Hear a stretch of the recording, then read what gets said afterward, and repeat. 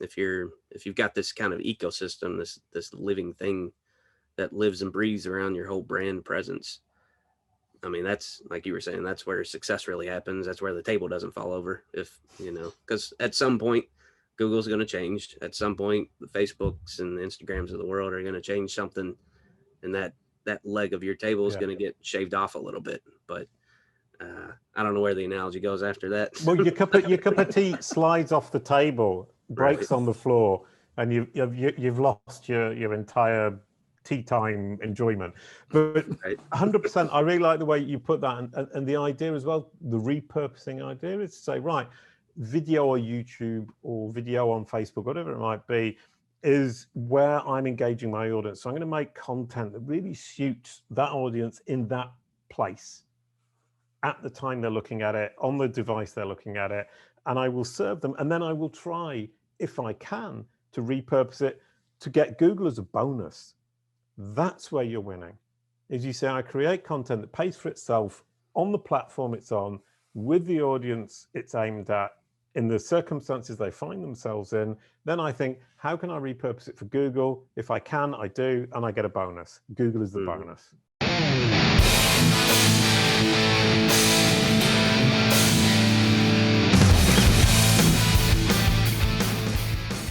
Welcome to the NerdBrand podcast, everybody. I'm Jason. That's John. That's Mitch. And this is another Jason.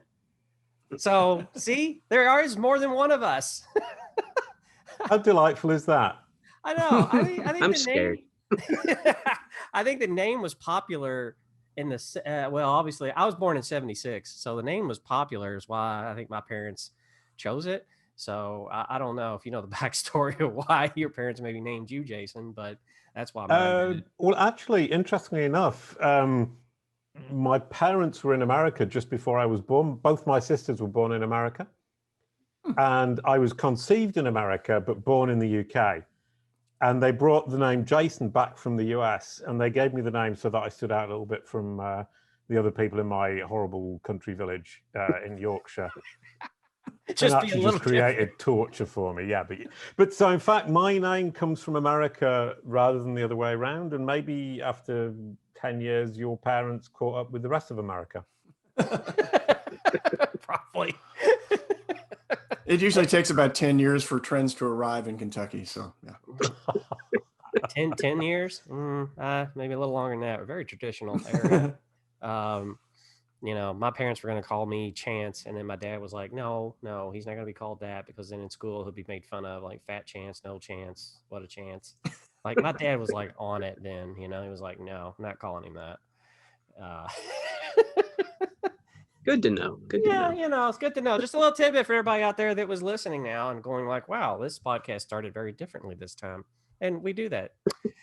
I thought this was totally habitual for you. It started off with a discussion about names, on to insulting Kentucky, and now next step is insulting the UK.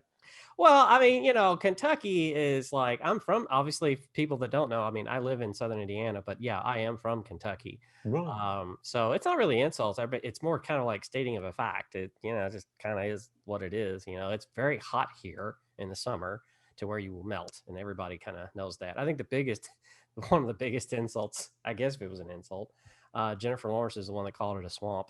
And she did that on the Graham Norton show. It's toasty here. Yeah. Toasty and what they call muggy. That is a combination of heat and humidity is pretty. Yeah, it is pretty bad in the heart of the summertime. Anyways, Jason, go ahead, introduce yourself. Tell us who you are, what you do. Tell us about your company, and the floor is yours, sir. Well, I mean, as a segue, I can say I know muggy. I lived in Mauritius, which is a tropical island in the Indian Ocean, for 12 years, where it's incredibly rainy and humid and very hot all year round. So I feel for you guys. I'm now in Paris, in France. I'm the Brand SERP guy. I'm obsessed by Brand SERPs, which is what appears on Google when somebody Googles your brand name. People who Google your brand name are obviously the most important people to your business. They're the people who are bottom of funnel about to convert, researching you, all your existing clients, all your investors or potential hires. And when they search your brand name, I am specialized in helping brands to make sure that it looks positive, accurate, and convincing to that audience. Yeah. I don't know if a lot of people have ever, I think they would Google their own name or they would Google a service they think they're probably wanting to optimize a keyword for, but I don't think maybe a lot think about Googling their brand name to see how they appear on the search engine. Yeah, and I'm absolutely convinced that it's incredibly important. It's your business card. I mean, when I talk to people, they Google my brand name, my brand name, my personal name. But if I say Kalicube Pro, which is my company, they're going to Google that. What appears is phenomenally important. I just said it, and I can bet my bottom dollar, or my bottom euro or pound or whatever currency I want to bet in, that at least 3 people have just Googled either Jason Barnard or Kalicube Pro. And at that point, that's 3 people where I have an opportunity to make a positive impression. I mean, if they like me here, they like me on the Brand SERP, I think I've got a new friend, and we all need as many friends as we can get. Yeah. So Jason, what made you decide to pursue this as a company? What was it that made you decide this is what I want to hang my hat on? That is a brilliant question. Thank you very much. But because in Mauritius, in the heat, I was a blue dog in a cartoon, and we were pretty successful. We made a TV series with ITV International. It was distributed around the world. It was reasonably successful. We had a big website. It was very successful. And then I segued into digital marketing, and I would go and talk to potential clients. I would say, I'm going to build your digital strategy. It's going to be wonderful. And I would sell it to them, give them my real physical business card, and walk out. And I didn't convert as many as I would have expected. And I always wondered why, well, for a couple of years. And then I realized what happened is I would walk out of the room and they would search my name. And what came up with Jason Barnard is a blue dog. And they would immediately say, I'm not entrusting my digital strategy to this idiotic cartoon blue dog. And I then set about making sure that what appeared was much more digital marketing. And the blue dog is still there because your brand SERP needs to represent who you are. But it's relegated, in inverted commas, to part of the knowledge panel. So the blue dog no longer dominates. And when you search my personal name, you will see digital marketing, Brand SERP Guy. I think I counted the other day, it's 27 times it says brand on my Brand SERP. And that's actively me working on it. And it says 15 times knowledge panel. So basically I'm saying, when you see my Brand SERP, you know that I'm talking about Brand SERPs, knowledge panels. There was a blue dog in the story, but the blue dog is now relegated to a small little chunk in the knowledge panel. And I think people and brands don't realize how important it is to manage that message, because that message is being sent out to the people who are most important to your business, who are bottom of funnel, post funnel, existing clients, potential hires, investors, journalists as well. They need to see something positive, accurate, and convincing, and something that reflects your brand message, be you a person or a brand. So for the great unwashed out there, being a creative director, I come from the creative side of things. I make things pretty and make sure that images, colors, etc., fit the persona of the brand. Okay, I'm not a digital wizard by any stretch. For the great unwashed out there like me, explain exactly what SERP means. Oh, right. Yeah, sorry. I do tend to geek out immediately and think everybody knows what a SERP is. But I think that's kind of the problem for us all, is we get involved in our little world and we forget that there is a wider world out there who don't necessarily know all these acronyms. Acronyms are probably the worst thing in the world. Because if I just said search engine results page from the beginning, the search engine results page for a search on your brand name, nobody would have been going, what is he talking about? And you just pointed out, nobody's got a clue what I'm talking about, because I use an acronym that I assumed everyone would know and could potentially mean lots of other things. So yeah, SERP, search engine results page in Google, but also in Bing. I think we shouldn't forget Bing, who are quite important in certain areas. What appears when your audience search your brand name, be it Google, Bing, DuckDuckGo, Yandex, whatever it might be, is phenomenally important, because these people are close to your business. And as a human being, as a person, they're close to you as a human being, and obviously thinking about interacting with you in one way or another. Yeah. Cool. I mean, I know what it means now, as in today. But in terms of design, I mean, you said design. I was really surprised.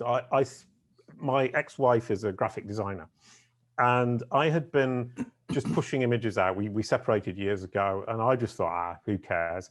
Just pushed all these images out, and on my brand SERP, the image boxes appeared, and I looked at it and I say, A, it's ugly. B, there's no pattern. The colors don't go together, and it doesn't represent me. And I had these image boxes on my company brand SERP, the Kalicube brand SERP. So I actually called my ex-wife and said, can you please help me? And she then went about creating a graphic design Bible with the colors, with the images, with the logo, the positioning of everything. And now you search it, and the visual image that my company projects is very, very clear. And I think, A, we underestimate the value of a graphic designer who has talent, and B, we underestimate the message that visual image projects to our audience, be it on a brand SERP or elsewhere, that the image in inverted commas that is thrown across is not just the words, it's the images, and that the images come actually before the words because we see before we read. Right. I just got it's interesting how it all ties back, how branding all ties, the visual component of branding ties back regardless of what medium or where you appear. I mean, we're talking about in your on your SERP, that having a consistent branding strategy is important there as much as it is any place else. Yeah, 100%. And the consistency is incredibly difficult to manage. Even as a small company, you realize that things slip through the cracks and that things appear in Google. And I think what is interesting from my perspective is I actually managed to pull all of that back and replace the inconsistent visual brand message that I had put out over a couple of years with a consistent visual image, and it took me 3 months. Yeah. So you don't have to think, it's all lost, I've messed it up. You can actually pull it all back, and if you make a sustained effort, you can replace an entire visual representation of your brand, at least in Google, but also probably across most social platforms, in the space of about 3 months if you apply yourself. That's really good to put a kind of time frame around that, because it takes a lot of time. I mean, this was a podcast before it was an agency. So there's a lot of content out there from 2016 and 17 with NerdBrand's name on it, different logo, different message, kind of just different, right? Yeah, it took that a lot of time to kind of like start to clean that up and get that more uniform and in line with what we are now. And then I got an email not too long ago about Google basically saying like, hey, think about your images on your business page, on your Google My Business. And I didn't read the full statement because I hadn't had time this morning, but they put something in there like 90% of something interaction maybe with those, or because like you said, they see before they read. So that's been something that we've noticed on just some of the console reporting on the Google My Business page, is the images, people hitting those pretty hard now. So I thought that was very interesting and important to kind of fix. So we worked on that recently ourselves with our page, our Google My Business result page. So right, I mean, there's a phenomenal amount of interaction, but not interaction in the sense of clicking, interaction in terms of seeing and digesting by people that we can't necessarily measure, but is incredibly important in people's perception of who we are, what we do, and what we represent perhaps as well. And I think, I mean, Mitch, you're the expert here. I'm kind of talking about something I know very little about, but I definitely think taking care of your visual image is fundamentally important. Well, it goes back to something I think that you said, Jason, about people they see before they read. People are going to gravitate toward images before they're going to read a block of copy. But even how you treat the copy, how you treat your words visually is important. So it all ties it. People lock first from that visual impression, and that's what should draw them into wanting to pursue further, into reading more. Sure. That's what it should move them in that process, in that journey toward, okay, I want to read more. This has piqued my interest. It sparked my curiosity. It's hit a hot button, an emotional hot button inside me. I want to pursue this further. Well, brilliant. And if I can pull this back to my pet topic, which is the brand SERP, is that initial snap picture. And people fail to realize, or brands fail to realize, that it's that first impression that you can never take back. And that first impression, it's not a first impression in the sense you've already presented yourself, but it's the first independent expression of who you are, what you do, and who your audience might be by Google, who we all, like them or not, trust. We tend to trust what Google tells us. So that brand SERP, what appears when somebody searches your brand name, is a snapshot of what Google thinks the world thinks of you. And that snapshot is incredibly powerful for people who are trying to make a decision about your brand, your person, whatever it might be. So controlling it and making sure it's positive, accurate, and convincing at first glance, and doesn't need investigating, doesn't need to be read in detail, is phenomenally important. And that repetition of brand, I mean, 27 is too many. But you definitely can't miss that I'm talking about brands and knowledge panels. Right.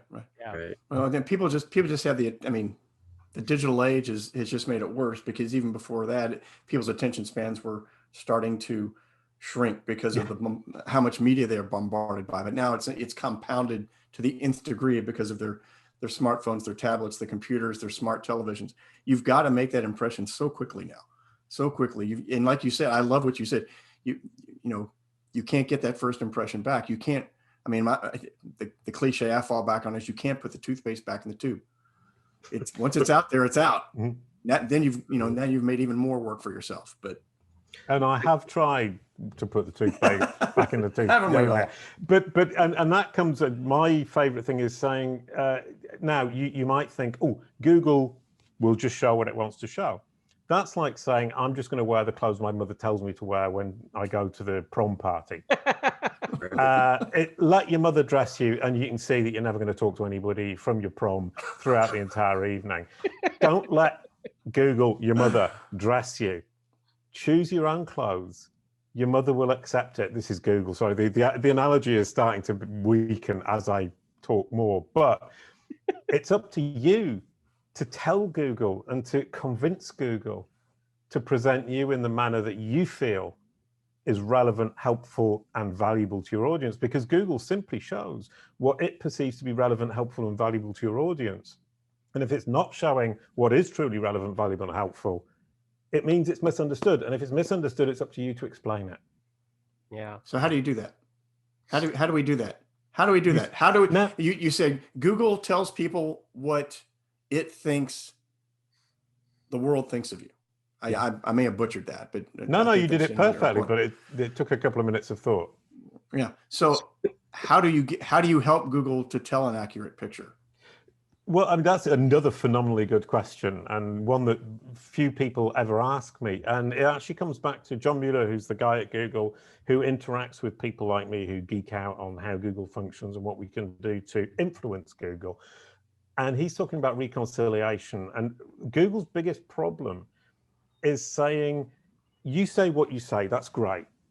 We want to believe you, but we're not going to believe you on your own good word. We need to corroborate that with other information around the web. The problem with other information around the web is that it's terribly fragmented.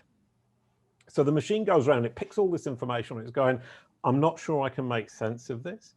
But if on your website, on your page about your company, you can be incredibly clear what it is you want to say, it has an anchor point, what I call an entity home, where it can say, right, this is what they want me to say. Does the information, fragmented though it is, around the web confirm what it is they're trying to project? If it does, I will show that.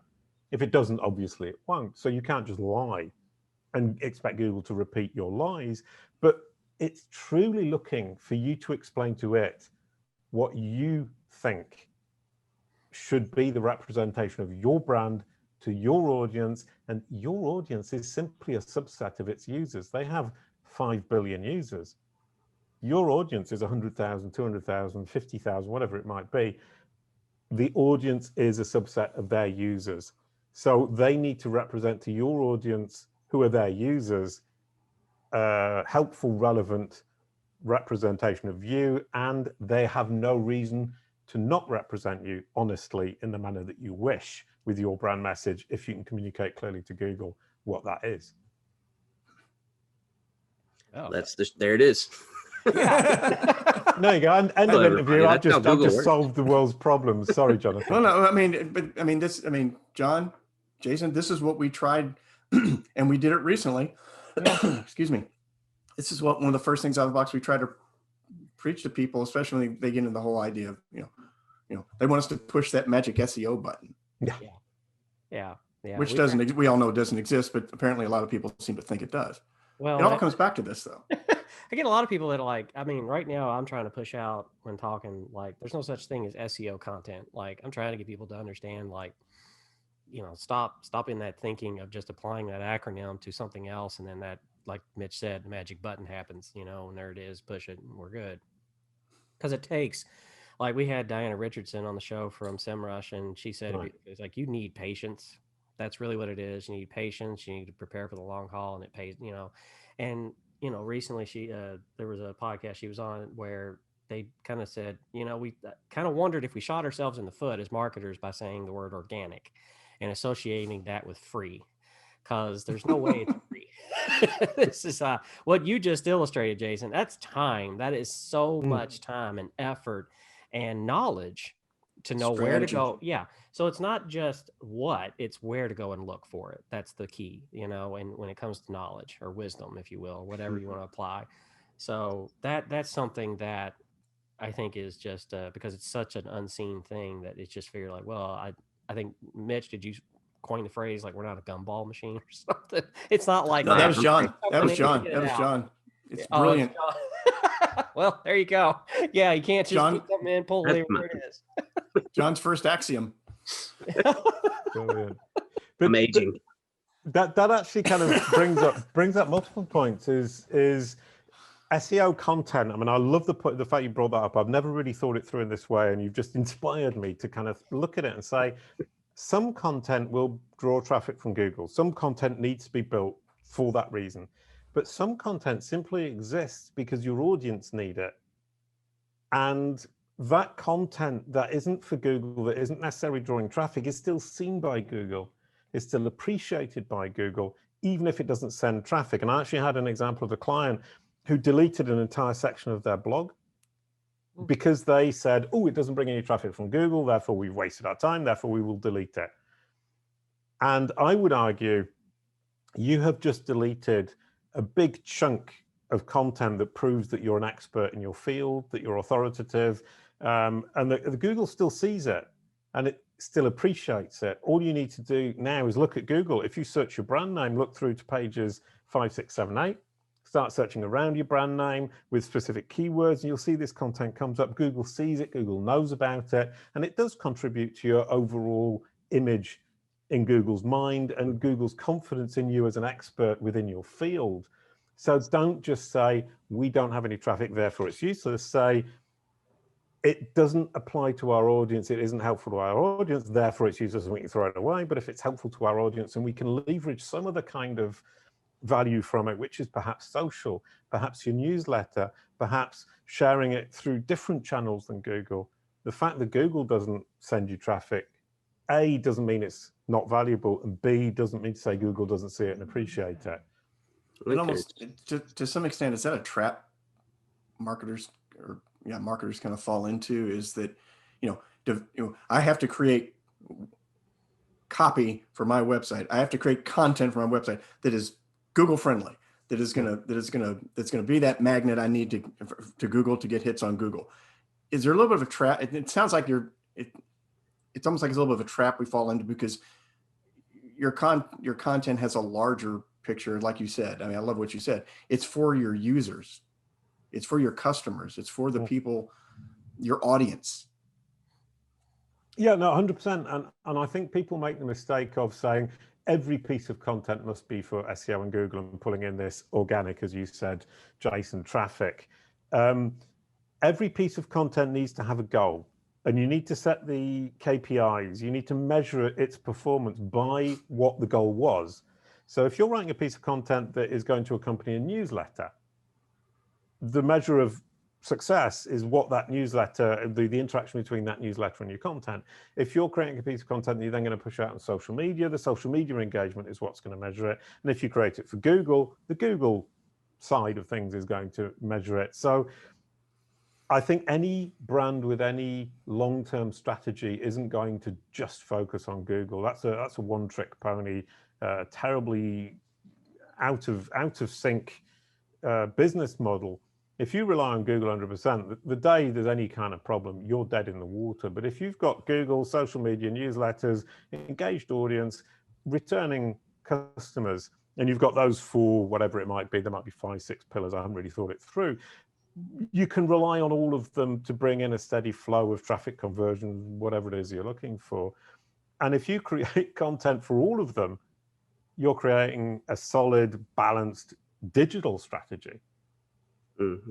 And if you obsess about Google, you're becoming this one-trick pony. That's I like to think of tables with all the legs of different lengths, and it ends up falling over. I mean, that's a really bad example. I could probably think of another one, but cups of tea sitting on tables that kind of get out of balance and then just slip off. Right. Maybe that's a good one. Yeah. I mean, to me, I've been trying to push this, and I'm not the only one, but the idea of a content ecosystem around your brand. It's Brilliant. not about putting your eggs in all in social, all in video, although these, for certain brands, those can be the priority.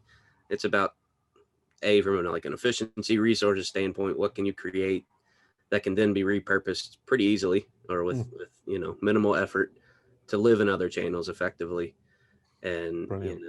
how can you have diverse content, because there's no single desire among your audience. Some people like video at certain times of the day or a certain week, and then the next they'll be more in the mood to read something about your brand. If you've got this kind of ecosystem, this living thing that lives and breathes around your whole brand presence, I mean, that's, like you were saying, that's where success really happens. That's where the table doesn't fall over. If because at some point Google's going to change. At some point the Facebooks and the Instagrams of the world are going to change something, and that leg of your table is going to get shaved off a little bit. But I don't know where the analogy goes after that. Well, your cup of tea slides off the table, breaks on the floor, and you've lost your entire tea time enjoyment. But 100%, I really like the way you put that, and the idea as well, the repurposing idea is to say, right, video on YouTube or video on Facebook, whatever it might be, is where I'm engaging my audience. So I'm going to make content that really suits that audience in that place, at the time they're looking at it, on the device they're looking at it, and I will serve them. And then I will try, if I can, to repurpose it to get Google as a bonus. That's where you're winning. As you say, I create content that pays for itself on the platform it's on, with the audience it's aimed at, in the circumstances they find themselves in. Then I think, how can I repurpose it for Google? If I can, I do, and I get a bonus. Google is the bonus. Mm-hmm. We talk about content anchors a lot, and I don't know where that term came from, but I know that Jason and I have adopted it pretty strongly. And we have the podcast. That's our podcast. That's our content anchor. Kind of all of our content strategy, social strategy, YouTube strategy, all of that emanates from creating this piece of content. And like I was kind of going back to resources. You can't be everywhere all the time, especially as kind of a lean company or really as a lean marketing department. So you've got to have this thing that does have various dimensions that is easy to to build off of, and that it stays consistent with your message. I mean, that's the other thing we keep harping on, is creating content for content's sake or for a different channel. It might be tactically sound to create a different piece of content for social, but does it really align with all the other content that you're creating? Does it all align with the message? Does it align with what ends up showing up in Google? So that's, to me, those are kind of the big takeaways. And then, like, going back to the example you gave where they just stripped out, tons of blog posts just because they weren't getting traffic. It's like, yeah, but you put a lot of effort into, presumably a lot of effort into creating that content the first go round, and you've put effort into promoting it probably in some various ways. I think a lot of people forget that, hey, you can go back and update content, and Google really, they like that. They like to see, the freshness. They like to see the expansion and the new information. And, you can salvage, you can get traffic from a blog post that's done nothing for a year. If you just kind of go back, re-optimize it, look at what's appearing in the search results for that particular term, and try to make a better piece of content, right? Sure, I think that's a great point. I mean, Danny Goodwin from Search Engine Journal did a whole kind of 6-month work on updating the content. I know SEMrush did it as well with some of my articles. They came to me and they said, "Can we edit this article to update it?" And I read the article and I was like, "Yeah, I wrote that 3 years ago. Yeah, I can make that better. I can make it more relevant today." And I've learned so much in the last 3 years that I can add my new learning. It's not that things have changed so much as I've learned lots of stuff, and I can make it more valuable today to people, both because of the time aspect, because things do change slightly. So I'm being a little bit contradictory there, but also because I can add more value. And what then happened, of course, is that it all started ranking much better, get more traffic from Google. Perhaps they weren't getting traffic from Google before, but that's a great example of saying, you know, you've got this content, it might not be performing. It doesn't mean to say it can't perform. It just means that right now it's not performing because Google doesn't see it. And I think this is really important. Google doesn't see it as a solution to a specific problem asked by its user or answer to a question. All Google is trying to do is answer the question of its user or solve their problem. And your pieces of content, if you want to please Google, need to provide the solution to a specific problem or the answer to a specific question that you are credible answering or helping with. That's key. Mm-hmm. I think it goes back to, you talked earlier about you have to corroborate. Yeah. I think I said that right. You have to corroborate the information that's on your site. So if that piece of content is not performing, again, it doesn't mean it lacks value, and it doesn't mean it can't perform. It just means you may need to go out and do some PR around whatever topic that might be. You need to, you know, get some guest publishing going on other sites that point back to that blog. So there are additional tactics that you have to, layers, you know, to the strategy that you have to kind of, you can't just, it's not a set it and forget it type of thing with any piece of content. I think we all agree on that, but I think that's something that, you know, a lot of our customers, I think they look at content as static. Like you create a video and it just, you put it out there and it gets what you want eventually. Yeah. And it's just not the way it works. You have to then take it another level and build that authority, right? And kind of the things that point back to that piece of content to make sure that Google, you know, can verify that what you're saying is correct. Yeah, as you said, an ecosystem, because I mean, if you then create a new piece of content that with relevance points to the old piece of content, you're pulling people in, and then you're using that old content to add additional value to the person who's coming for the new content. So it is this constantly growing constantly growing ecosystem that you need to nourish and you need to add to, and you need to, as you said, go back. It's not correcting, it's updating. It's making more relevant for today's audience, both because they've changed, but also because you have. Yeah. But it's a mechanism that's got to be maintained. I mean, to Jason's point, to Jonathan's point, you just don't build it, throw it out there, and goes. You're for the reasons that you just cited. It's like a garden. You're tending an ecosystem. It's a garden. You're tending this garden. It's always, you're cultivating, you're planting, you're harvesting. You're taking what you've harvested and putting those resources back into creating more content. I mean, it's a wheel. The whole flywheel analogy we started with way back when we first started the company. It's a constantly moving mechanism. It doesn't stop. You're always fine tuning. You're always adjusting. You're always, because you're always, like you said, Jason, you're always learning. It's not that the content was wrong that you put out there. The world changes and the internet changes daily. So it's something that you have to manage day to day for as long as your company, your business, your entity exists. Yeah. It's just Brilliant. Yeah. And there was something to kind of change gears here so we have time. Cause I mean, Jason, you were super passionate about this in our pre-interview. And so Google well, I got to get the notes here. I want to say NPL, but that doesn't sound right. It's NLP. NLP. Thank you. Tell us a little bit about that, because you were super, super geeking out over that. And I like that. can you share a little bit, or do you want to share a little bit about that and Yeah. what that means and how that can influence a person's results? Well, I think one thing that's really interesting about SEO is we're all looking, as Mitch said, for that magic button, and that magic button simply doesn't exist. What does exist is looking at what Google's trying to achieve. And the fact that it isn't necessarily there yet doesn't change the fact that's where it's going, and that's where you need to aim. So rather than looking at horizontally what you're trying to do, looking at it from a kind of parallel point of view, saying that's where Google's going, that's where I need to aim.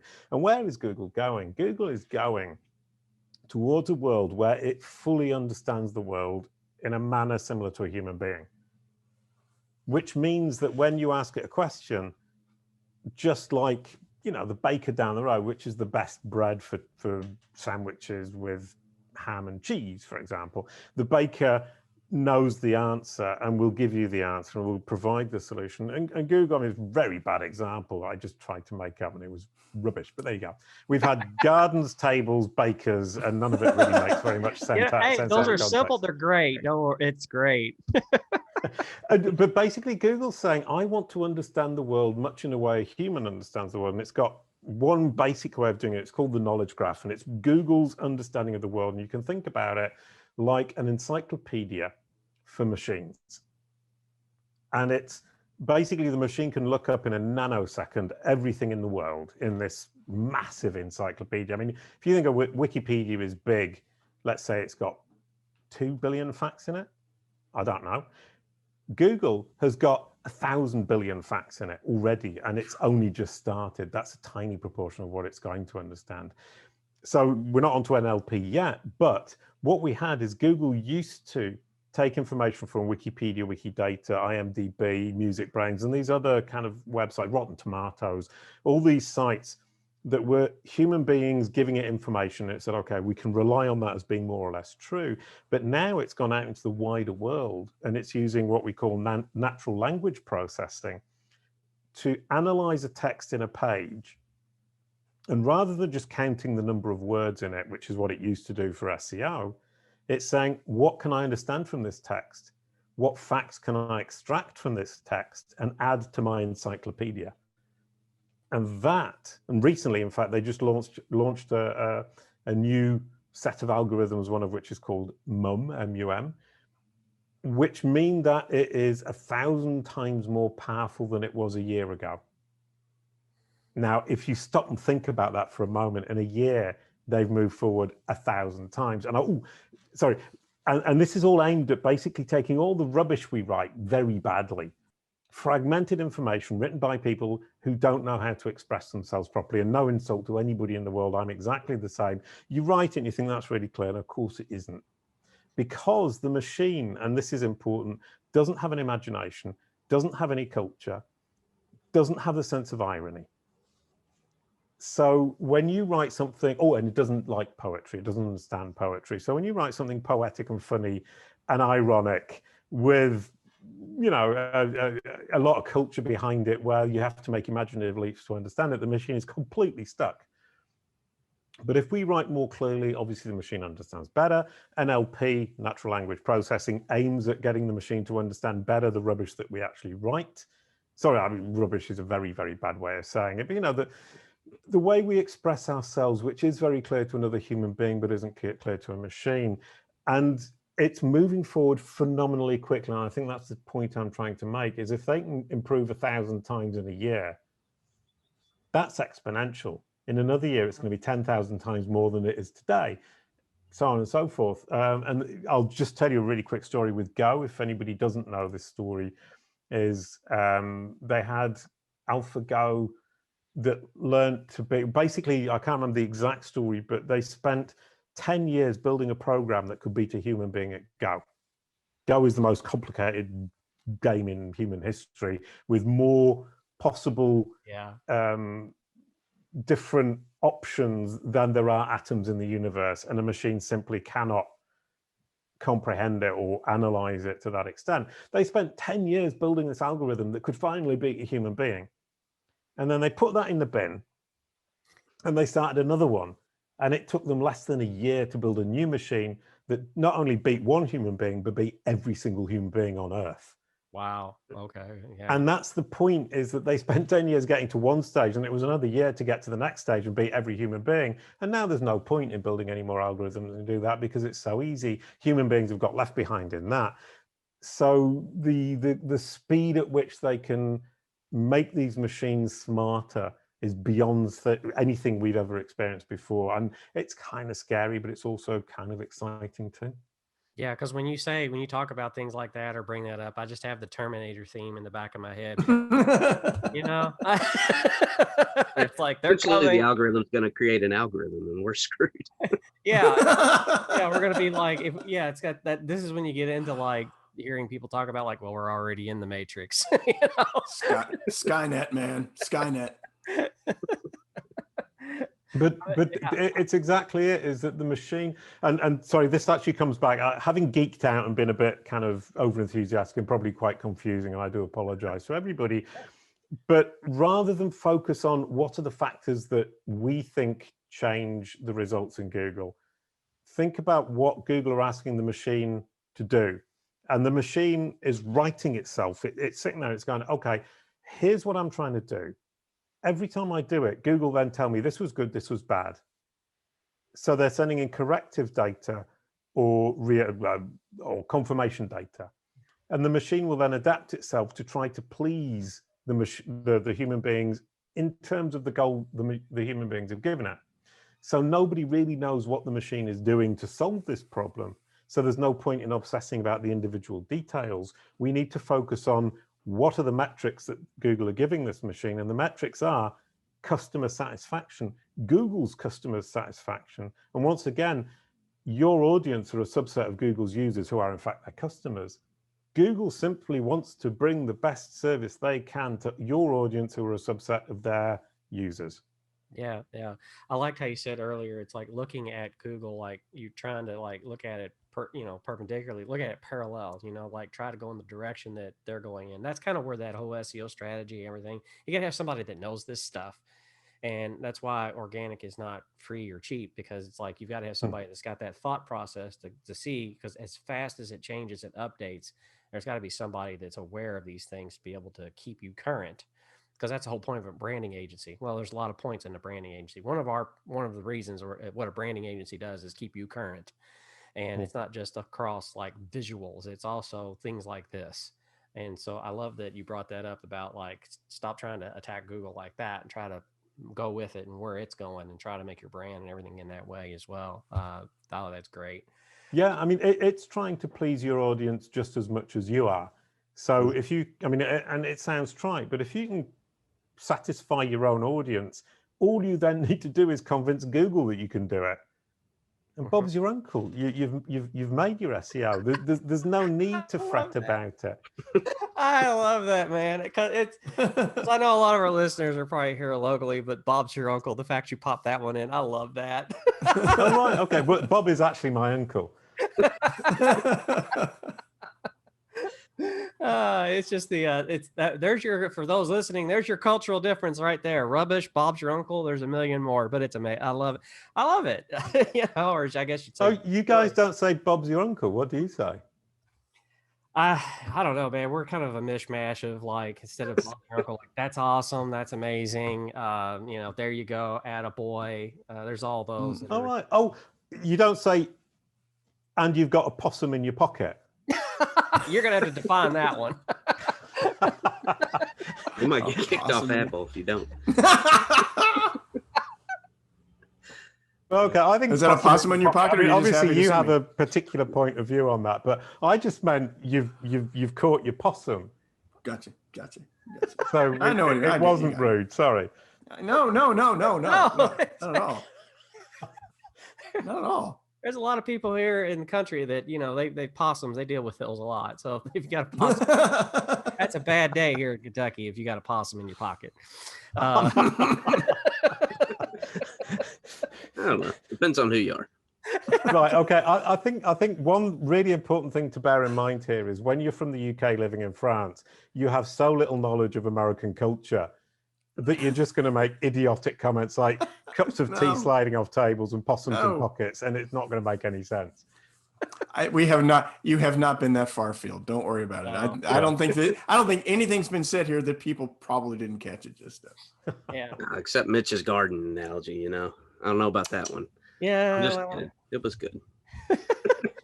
like I think that American, obviously off topic, but that's okay. We like the variety here. American culture it's more and more fascinated with other cultures like the UK. The Netflix, for example. I'm a big fan of the series The Crown. Of course, I'm sure the royal family probably isn't, but I mean, I enjoy that. Like, I'm a big fan. I'm a big fan of being of history, anyways. American history is one thing. European history, pre-World War I, and all that has been something that I've been diving back into, just because it's just I don't know. It's more fascinating. It's more rich in that sense, and kind of learn like how did we get from those times to now is always a good lesson to kind of revise yourself on and see, because I mean I don't think many people realize like how Europe was set up with monarchs and how that kind of all changed radically during when World War I broke out. So but anyway. Right, and how are we going to get through the next steps? Nobody knows, and it's going to be incredibly interesting. I mean, I think we're really at the dawn of something. I mean, you were talking about Terminator and The Matrix. Could be scary, could be wonderful, could be a mixture of both. We really don't know. Yeah, I've been watching a lot of Vikings and on Amazon Prime, so I feel like that's probably closer to where we're heading. But maybe that's just the cynic. Yeah, John's in his backyard knocking down a tree, carving out a boat. Just getting ready. Just getting ready. He's about an hour from water, but it's fine. Yeah, I don't know what brought this to mind, but I just, and I'll throw this out there just for the sake of conversation. It's just that the fact that you walk down you walk through Boston or Philadelphia in the United States, and you walk through the old parts of it. It's like, oh, it's 250 years old. That's old. You walk through parts of Europe that are, villages that still exist that are 1,000 years old. I mean, the perspective is just so fascinating between the U.S. and Europe from that respect. But I do think kind of circling back to the internet, the global nature of the internet, I think, has given a lot of people an opportunity to gain that global perspective of how much larger the world is. But at the same time, the ability to immediately communicate, the three of us, with you, Jason, in real time in Paris, in video, in this day and age, how we can take that for granted now. It's just amazing. I mean, 10 years ago, is it realistic to say that it wasn't close? I mean, you barely well, had. I think. I mean, coming back to kind of Google and the whole digital marketing thing is, I think people fail to realize how geosensitive Google is, and that world perspective is that we think, okay, it's a big world, and I kind of assume the results. I'm talking about brand SERPs once again for a company within the same country. You will see very different brand SERPs in New York than you will in San Francisco for a brand or a person, and then different again in Australia, because what Google is showing in Australia, let's take that as an example, is what's relevant to the Australian audience. So if I'm an international brand and I've got a New York Times article, that will rank on my brand SERP when somebody searches my brand name in New York and perhaps San Francisco. In Australia, it's the Sydney Times that's going to rank. And that perspective is that Google is incredibly geosensitive, especially to people's names. What is the intent of the person searching? What is going to be useful for them for this brand in the circumstances, which could be mobile, desktop, but specifically the geolocation they find themselves in?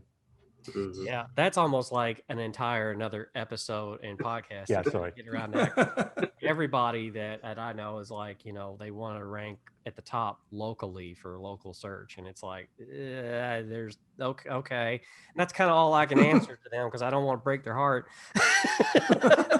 We've lost deals. I mean, you remember, Jason, we lost a potential client because another agency ranked higher for just like the term web design or something like that. And I'm like, well, yeah, but we're not in that area.